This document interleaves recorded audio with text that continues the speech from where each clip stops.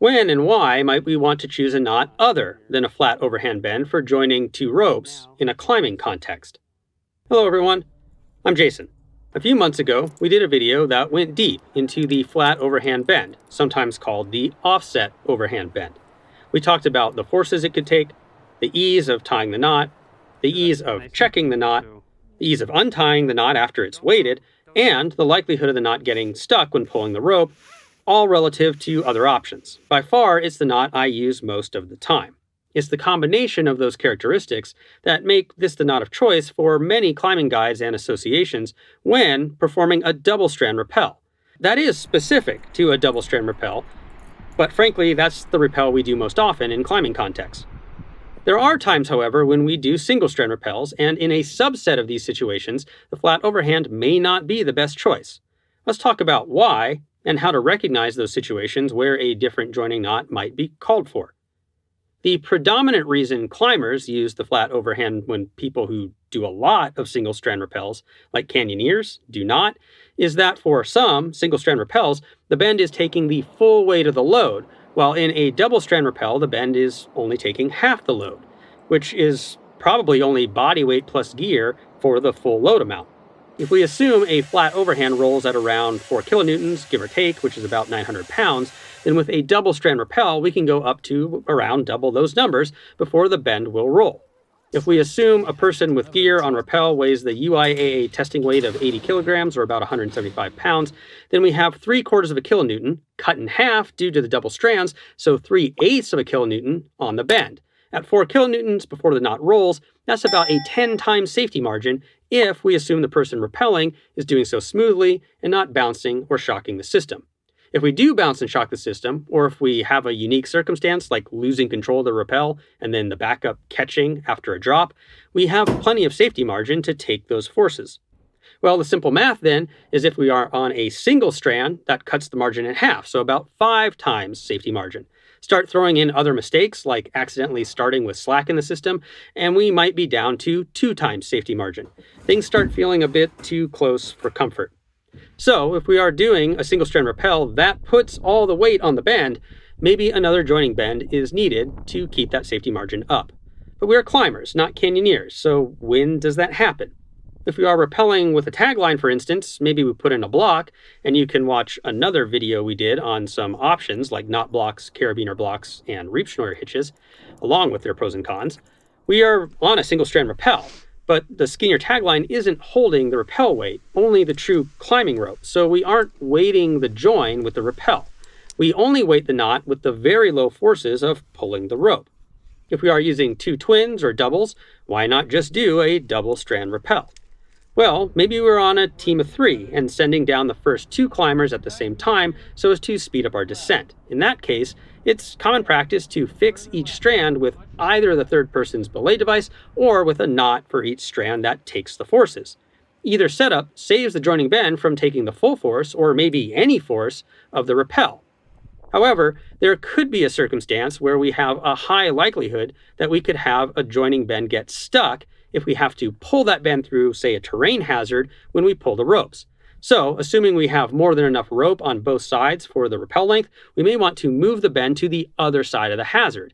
Now, if we fix the strands, the bend is taking the full load of a single strand rappel, so we may want a more robust knot, unless we are planning to extend the fixing point beyond the pull hazard as well.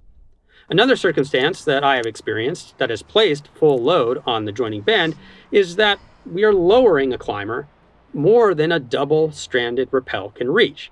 I've done this when I was concerned we might not have enough rope, so I lowered my partner, then I set a blocked single-strand rappel for myself, then I added material to my pull line so that I could still retrieve my rope.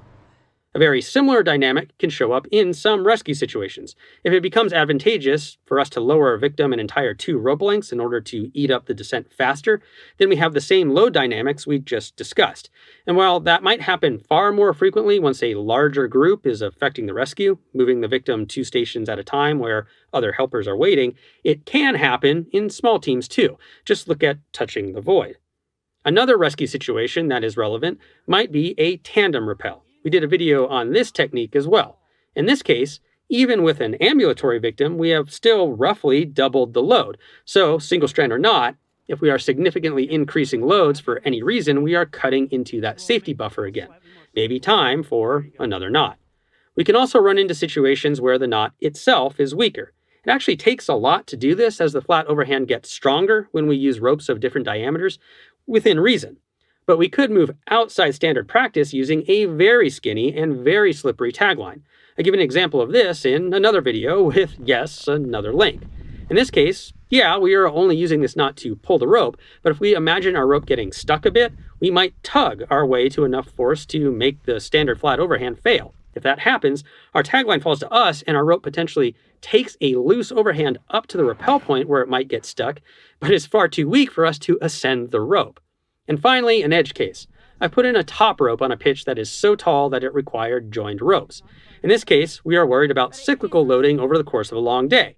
So a full day of cyclical loading calls for a knot that takes cyclical loading better, like a Flemish bend, which is basically a figure-8 retrace but using 2 ropes.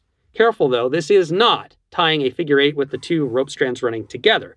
That is a flat figure-8, which actually rolls at lower forces than a flat overhand, and it is a knot that has caused a number of accidents, as we've covered in the flat overhand deep dive video.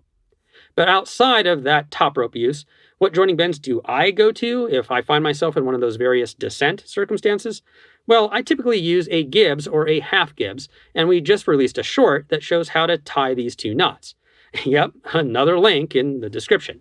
Many canyoneers, however, choose either a stacked overhand, 2 flat overhands tied in sequence, or a double overhand, which is basically a barrel knot, but using the ends of both ropes. But like always, watching out for unnecessary crosses. The reason I choose one of the Gibbs options is that they can increase the strength of the knot while very minimally increasing the volume of the knot, keeping the risk of getting the rope stuck as I pull it down relatively low. If we are less concerned about the rope getting stuck due to vertical or overhanging terrain, or we're on ice or something, maybe one of the even more robust canyoneering options makes more sense. Of course, you could always choose a more robust knot for the benefit of being very practiced at it and therefore less likely to mess it up. The downside may be a minor increase in the risk of getting our rope stuck. Again, trade-offs in all things. Do you have a preferred rope joining knot for descents? Tell us your preferences in the comments. Thanks for watching this video. Please like, subscribe, and share if you want to support us. For more information, you can go to our website at www.shortguysbetaworks.com. You can watch that deep dive video on the flat overhand, or you can check out our entire rock climbing safety series. We'll see you next week and keep on getting more out of that big outside.